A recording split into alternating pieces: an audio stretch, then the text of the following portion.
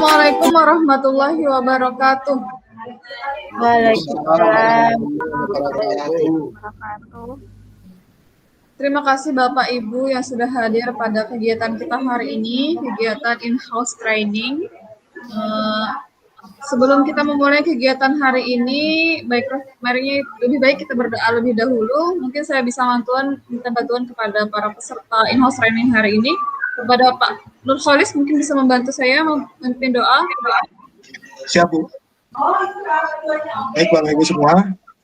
Sebelum kita memulai kegiatan hari ini, marilah kita berdoa menurut agama dan kepercayaan kita masing-masing. Berdoa dimulai.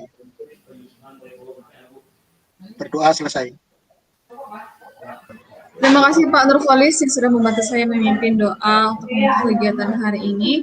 Baik Bapak Ibu, perkenalkan nama saya Anugrah Mitriasari. Saya bekerja di SDN Pelambuan 4, Banjarmasin. Hari ini saya akan menjadi narasumber untuk in-house training pada materi modul ajar. Sebelumnya Bapak Ibu, mari kita buat kesepakatan kelas dulu, kesepakatan in-house training hari ini.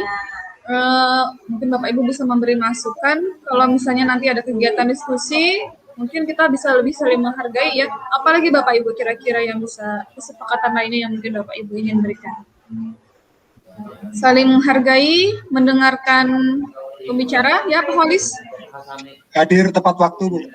Hadir tepat waktu, ada lagi?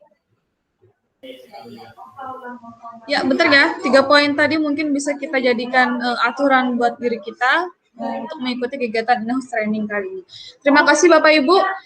Sebelum saya lanjut ke materi, saya ingin memberikan penyegaran buat Bapak Ibu nih. Saya punya kuis ya. Kuis tebak gambar.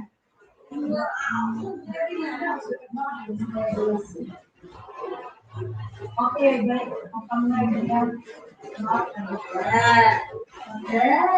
Oke, kelihatan nggak Bapak Ibu?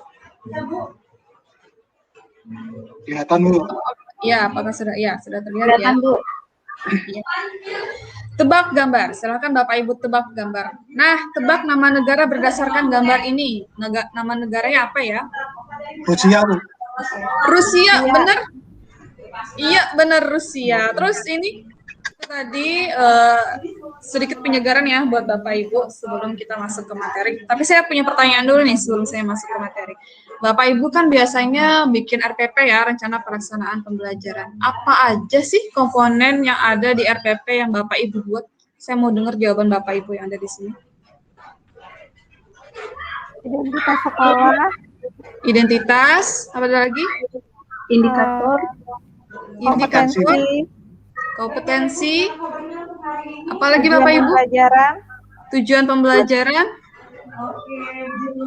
Ada lagi? Ada penilaiannya juga Bapak Ibu? Iya, ada penilaiannya juga? Ada. Iya. Banyak ya Bapak Ibu membuat RPP-nya dengan berbagai macam variasi ya.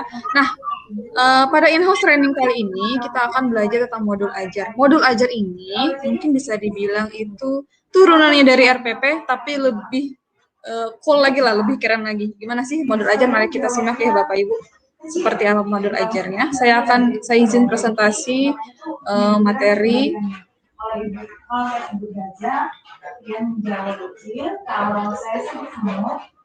Nah ini ya Bapak Ibu, untuk kegiatan hari ini kita akan belajar mengenai modul ajar. Modul ajar konsepnya dan juga komponen yang ada di dalam modul ajar. Nah sekarang di sini modul ajar itu seperti apa sih? Jadi modul ajar ini adalah sarana yang menjadi petunjuk dan pedoman para guru untuk yang dirancang secara sistematis dan menarik untuk kegiatan pembelajaran. Di modul ajar ini nantinya komponennya lengkap ya Bapak Ibu. Nah terus modul ajar ini merupakan implementasi dari alur tujuan dan juga capaian pembelajaran yang sudah kita pelajari sebelumnya.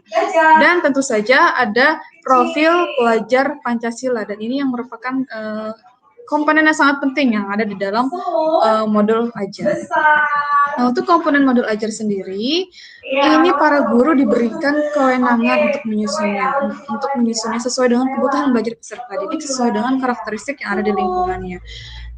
Modul ajar ini terdiri dari beberapa komponen, tapi yang intinya itu ada 3 ya. Yang pertama adalah informasi umum, yang kedua adalah komponen inti, dan yang ketiga adalah lampiran. Nah, kita akan mempelajari lebih rinci lagi seperti apa sih komponen modul ajar yang ada di dalam modul ajar ini ya. Yang pertama adalah identitas modul. Nah, yang ini sama seperti RPP Bapak Ibu, ada nama penyusunnya, ada institusinya, terus ada tahun disusunnya, lalu ada jenjang. Nah, kemudian yang penting adalah profil pelajar Pancasila, di mana di dalam itu modul ajar ini itu profil pelajar Pancasila mencakup pada seluruh kegiatannya, itu materinya, pedagoginya, kegiatan proyeknya sampai asesmennya. Profil pelajar Pancasila, masih ingat Bapak Ibu apa saja isi profil pelajar Pancasila? Yang pertama apa? Beriman dan bertakwa kepada Tuhan Yang Maha Esa. Iya. Yang kedua? Mandiri, kreatif. Apalagi? Bernalar kritis. Apalagi? Bergotong royong. Iya, benar. Pas ya, 6 poin itu. Bapak Ibu masih ingat. Nah, selanjutnya ada sarana prasarana. Nah, sarana prasarana di sini mungkin tergantung nanti Bapak Ibu mau belajarnya daring ataupun luring. Jadi nanti dijelaskan di modul ajarnya. Kalau misalnya daring, mungkin yang diperlukan adalah gadget dan sarana jaringan internet ya. Kalau untuk luring, mungkin sarana-sarana yang dibutuhkan di kegiatan tatap muka yang berlangsung. Misalnya seperti alat yang ada di kelas, atau misalnya Bapak Ibu membawa media sendiri ke dalam kelas, atau misalnya Bapak Ibu ingin membawa anak-anak ke lingkungan sekolah. Kemudian ada target peserta didik. Nah, di sini bedanya Bapak Ibu dengan RPP. Kalau masih RPP mungkin suatu target reguler saja ya, atau untuk target khusus. Kalau di modul ajar ini kita bisa berikan target yang bervariasi, entah itu anak yang reguler, entah itu anak yang memiliki kesulitan belajar, atau anak-anak yang justru memiliki pencapaian tinggi. Jadi modul ajar itu mengakomodasi peserta didik sesuai dengan kebutuhannya dan tipe-tipenya. Lalu ada model pembelajaran. Mungkin Bapak Ibu waktu kuliah kemarin sudah banyak memiliki model-model ajar ya ketika membuat skripsi. Saya mau dengar nih kira-kira model pembelajaran apa saja yang Bapak Ibu jadikan sebagai judul skripsi. Model pembelajaran kontekstual mungkin. Kontekstual, ya. Siapa lagi? Ada lagi, Bapak Ibu? Model apa yang model Bapak Ibu ketahui juga boleh. Ada kontekstual, ada apa kemarin? Ada ini ya, model talking stick, problem solving. Ada lagi Bapak Ibu? Kemudian ada pemahaman bermakna. Nah, ini mungkin ya agak berbeda ya Bapak Ibu. Jadi pemahaman bermakna ini informasi penting yang akan didapatkan oleh peserta didik dan dapat mereka terapkan dalam kehidupan sehari-hari. Kalau di sini kan contohnya memecahkan masalah sama beradaptasi dengan perubahan habitat. Contoh lainnya misalnya kayak gini. Setelah di model ajar tersebut ya diterapkan, dipelajari siswa, siswanya menjadi paham gimana sih cara menjaga lingkungannya dari pencemaran. Nah, seperti itu ya Bapak Ibu, pemahaman bermakna. Lalu ada pertanyaan pemantik. Nah, ini kalau kita bisa kaitkan sama kayak persepsi ya Bapak Ibu, yang saya sama seperti yang saya lakukan di awal tadi. Jadi pertanyaan pemantik ini semacam kayak pertanyaan yang membantu siswa untuk memperoleh pemahaman pembelajaran. Jadi pertanyaan pemantik ini juga menjadi usaha Bapak Ibu guru supaya anak-anak itu tertarik untuk mengikuti pembelajaran yang akan Bapak Ibu bawakan. Nah, selanjutnya adalah kegiatan pembelajaran. Kegiatan pembelajaran ini ada pendahuluan, inti, sama penutup. Lalu ada asesmen. Asesmen di sini ada 3 ya Bapak Ibu. Kesempatan kepada Bapak Ibu untuk memberikan pertanyaan kepada saya ya. Boleh? Ya, Bu Azizah sudah angkat tangan ya. Oke, Bu Azizah silakan bertanya. Terima kasih atas kesempatannya Ibu Anugrah. Saya ingin bertanya, apakah dalam membuat modul ajar ini semua komponen itu harus lengkap, ataukah boleh ada yang tidak kita masukkan ke dalam modul ajar? Itu saja. Terima kasih Ibu Azizah. Mungkin tadi Pak Kholis ingin bertanya, silakan Pak Kholis.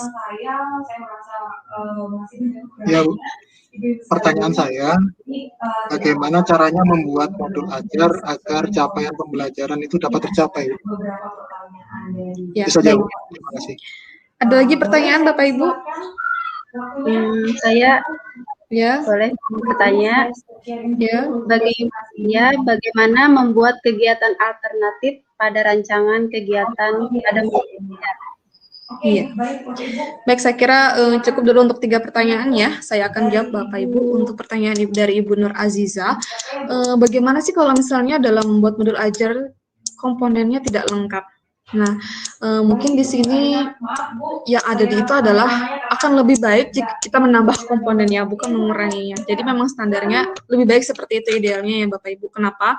Karena nanti dalam yang memudahkan kita sebagai penggunanya dalam menerapkan itu. Kalau misalnya mungkin kurang komponennya, akan ada semacam hal-hal yang rancu yang mungkin jadi multi interpretasi ya Bapak Ibu. Jadi akan lebih baik semuanya lengkap gitu. Sama seperti RPP juga akan lebih baik semuanya lengkap. Jadi bisa Bapak Ibu, entah itu Bapak Ibu sendiri yang menggunakan atau nanti orang lain yang memakai, kita bisa orang tersebut tidak salah tafsir dengan modul yang Bapak Ibu buat. Itu fungsinya. Cukup ya untuk pertanyaan sesi tanya jawabnya. Sekarang saya mau bikin kuis nih buat Bapak Ibu semuanya. Ya, cukup. Ya. Kita akan melaksanakan kuis. Oke, jadi untuk kuis hari ini silahkan Bapak Ibu jawab. Kuis tentang modul ajar ya, berkaitan dengan materi tadi. Sejumlah alat atau sarana media, metode petunjuk dan pedoman yang dirancang secara sistematis dan menarik disebut apa Bapak Ibu? Silahkan diaktifkan mic-nya. Disebut apa Bapak Ibu? Yang kita pelajari tadi tentang apa? Modul ajar. Modul ajar, Bu. Modul ajar, ya jawabannya modul ajar. Oke, yang kedua, apakah benar modul ajar disusun berdasarkan alur tujuan pembelajaran? Benar atau salah? Benar. Mengikuti kegiatan in-house training. Mari kita buat kesimpulannya sama-sama Bapak Ibu. Tadi untuk modul ajar, kira-kira komponennya apa aja tadi Bapak Ibu? Ada apa saja? Boleh Identitas. ya, identitas. Ya. Dan ada lampiran ya. Terus guru sendiri dalam membuat modul ajar ini bagaimana sih Bapak Ibu? Apakah terkekang atau bebas? Bebas. Bebas ya. Oke. Berkreasi. Iya, itu ya kesimpulan kita hari ini.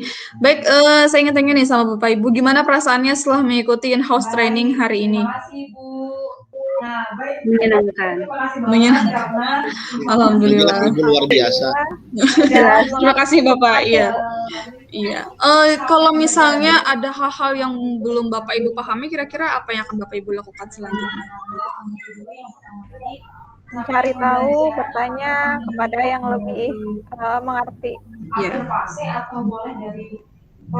Ya, terima kasih Ibu Nur Aziza. Baik, saya kira cukup ya untuk waktu kita melaksanakan in-house training hari ini. Untuk menutup kegiatan, saya minta kepada Ibu Nur Aziza untuk memimpin doa penutup kegiatan hari ini. Silakan Bu. Ya, terima kasih Bu Anugrah. Baiklah, sebelum kita menutup kegiatan pada hari ini, alangkah lebih baiknya kita berdoa agar apa yang kita terima hari ini bisa kita terapkan dalam kegiatan belajar mengajar kita nanti. Berdoa dimulai.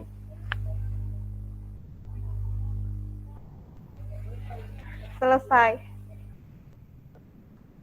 Terima kasih Ibu Nur Aziza. Terima kasih kepada Bapak Ibu peserta in-house training hari ini. Mudah-mudahan apa yang kita dapatkan hari ini benar-benar bisa dimanfaatkan dan diaplikasikan nanti di kehidupan nyata ya, di pembelajaran utamanya.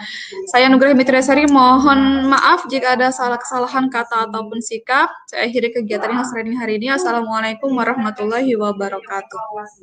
Waalaikumsalam warahmatullahi wabarakatuh.